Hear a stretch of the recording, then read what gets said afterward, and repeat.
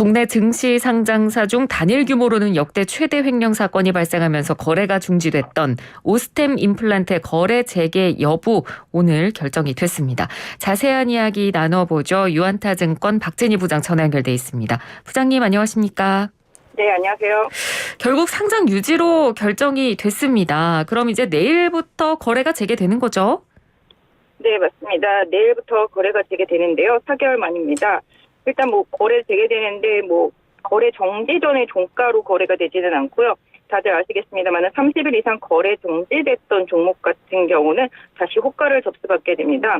상승 쪽으로는 200%, 하방 쪽으로는 마이너스 50%까지 해서 호가를 접수받게 되고요. 시가가 나오면 또 플러스 마이너스 30%를 적용받게 될 것으로 보여집니다. 그렇군요.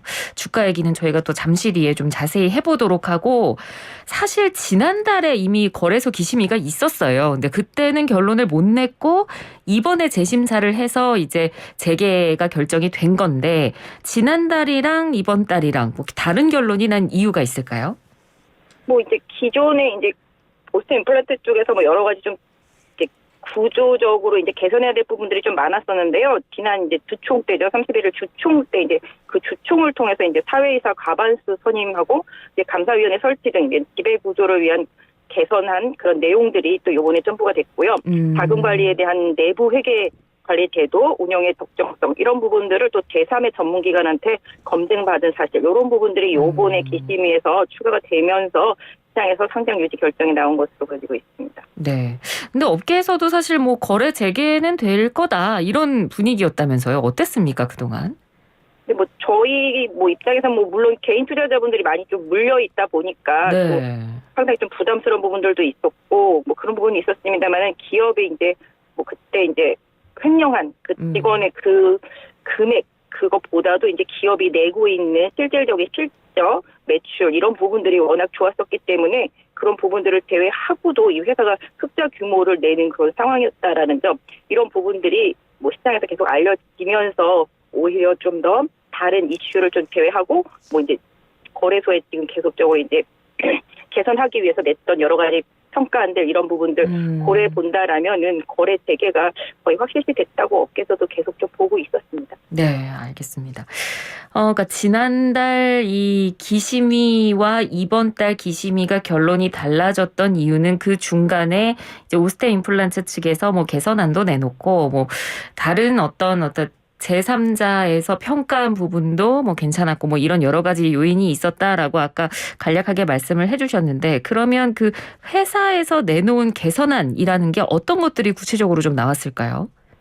아까 말씀드렸던 대로 이제 사회이사도 이제 투명하게 과반수를 이제 사회이사로 이제 주총을 통해서 이제 이사 선임도 이제 내부적인 것보다는 이제 사회이사를 과반수 이상 이제 선임을 해서 오히려 이제 좀 더 투명하게 하고자 하는 그런 부분들을 좀 보여줬고요. 또 특히 이제 감사위원회도 좀 설치를 해서 여러 가지 좀 문제점에 대한 감사를 계속적으로 좀 받는 부분들, 이런 부분들에 대한 좀 내용이 있었습니다. 그리고 또 앞으로도 이제 경영 투명성 개선을 위해서 이런 개선 계획 내용을 계속적으로 좀 공시할 예정이고요. 또 분기별로 주요 이행 사항들도 계속적으로 좀 공시할 내용입니다. 오늘 나온 내용으로는 앞으로 좀 주주 친화적인 여러 가지 좀 정책들에 대한 내용들, 이런 부분들도 조금 언급이 된 것 같습니다. 네, 요즘 금융업계도 그렇고 다양한 회사들이 지금 주주 친화 정책들을 내놓고 있기 때문에 또 이 부분에 좀 어느 정도 편승한 느낌도 있는 것 같고요. 자, 그리고 또 오스템 임플란트 회사 자체의 영업이익만 봐도 지난 1분기 영업이익도 굉장히 좋았다고 하던데요. 얼마나 나왔습니까? 네, 맞습니다. 분기로는 최대치인 한 500억 이상이 좀 나온 것으로 이제 내용이 나오고 있습니다. 매출도 상당히 좀 강하게 나왔고요. 분기 영업이익도 상당히 좀 좋게 나왔습니다. 그러다 보니까 역시 그 횡령 금액 이런 부분들을 제외하고서도 흑자가 상당히 좀 날 수 있었다라고 보실 수가 있을 것 같습니다. 동사 같은 경우는 아시다시피 이제 임플란트 업체다 보니까 국내외적으로 이제 상당히 조금 특히 이제 중국 쪽 이런 쪽에서도 매출이 좀 잘 나오고 있는 편인데요.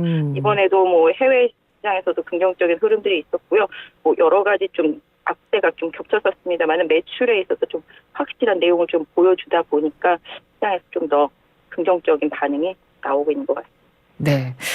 자, 일단 그래서 거래 재개가 결정이 됐고 내일부터 이제 매물로 나올 테니 일단 이제 이 오스템 임플란트에 투자하셨던 분들 주주들은 한숨을 돌리긴 했습니다. 자, 근데 거래 재개 이후에 주가가 이제 어떻게 나올 것인가 이 부분이 또 이제 관건이 될 텐데 주가는 어떻게 예측이 지금 되고 있을까요? 네, 정말 좀 알기가 좀 어려울 것 같습니다. 네. 사실 뭐 아까 말씀드렸던 대로 종가 대비해서 2배로 시작할 수도 있고 종가 대비해서 뭐 마이너스 50%에 시작할 수도 있기 때문에 네. 실질적으로 제 주변에서 보면 고객분들 이제 온라인 고객분들 보면은 신용으로 매수하신 분들도 상당히 많았었거든요. 그렇기 때문에 그런 매물들도 또 아침에 좀 나올 수가 있겠고요. 기관 같은 경우도 뭐 약간 좀 매물을 좀 내보낼 수 있기 때문에 쉽게 좀 예단하기는 어렵습니다만은 네. 기본적으로 조금 초반에는 좀 매물이 좀 많이 출회될 수 있을 것으로 보여지기 때문에 주가도 좀 많이 출렁거림이 있지 않을까 싶습니다. 알겠습니다. 지금 실제로 오스템 임플란트가 아까 이제 고객 얘기도 해주셨습니다만 소액 주주들 비중이 또 굉장히 높죠?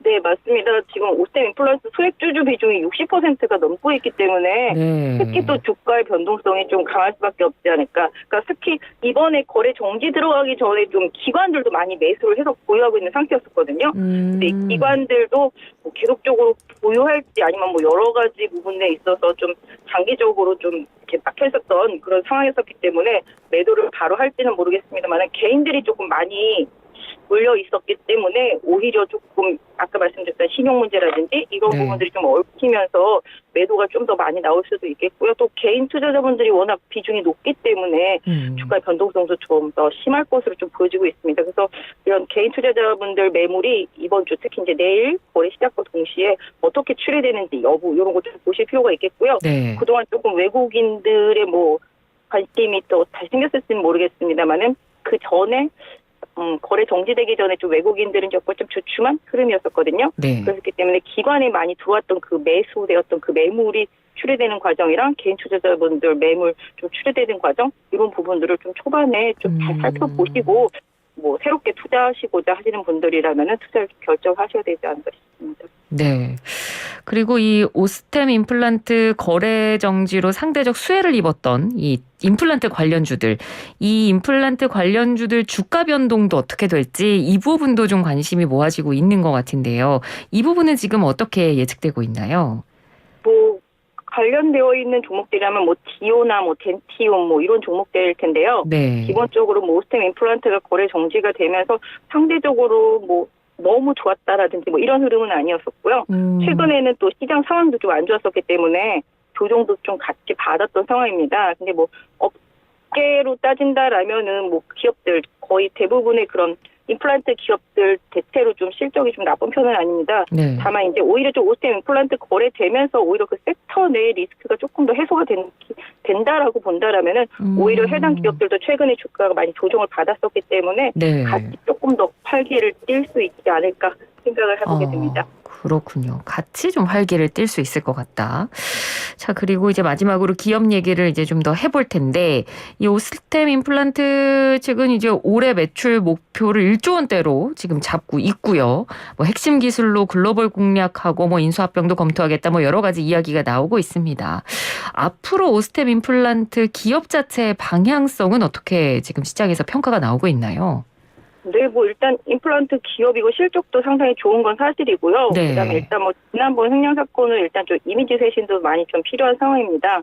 그러다 보니까 뭐 말씀하신 대로 이제 뭐 인수합병 가능성 뭐 이런 부분들도 좀 얘기가 나오고 있긴 하고요. 다만 이제 뭐 아까 말씀하신 대로 글로벌 공략 계속 지속한다라는 거 이 부분이 조금 많이 중요할 것 같습니다. 사실 임플란트가 이제 뭐 최근에는 뭐 상장한 여러 회사들이 좀 많이 있겠습니다만은 오스템 임플란트가 해외에서 특히 좀 선전을 잘 해주고 있고요. 중국에서도 이제 계속 좀 시스템이 잘 되어 있기 때문에 네. 중국에서 좀 성장도 많이 좋은 편입니다. 또 오스템 임플란트가 뭐 목표를 잡은 만큼 뭐 그 부분 달성하는 거에 뭐 크게 부담은 없다라고 생각을 하고 있습니다만은 실질적으로 이제 지금 경기 침체 우려감이라든지 글로벌 시장 전체적인 변동성 이런 부분들을 좀 고려해서 주가를 좀 봐야 되지 않을까 싶은데요. 사실 임플란트라는 그런 산업이 경기가 좋을 때 조금 하락세가 있습니다. 왜냐하면 웬만큼 아프지 않으면 참거든요. 그렇죠.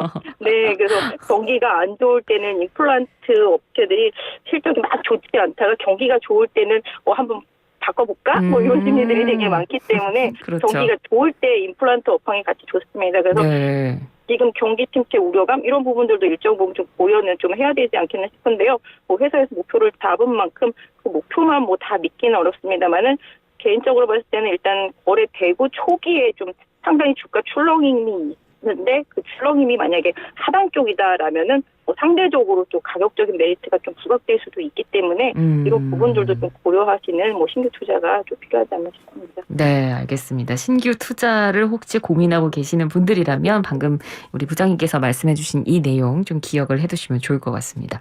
오늘 말씀 잘 들었습니다. 고맙습니다. 네, 감사합니다. 네, 지금까지 유안타증권 박진희 부장이었습니다.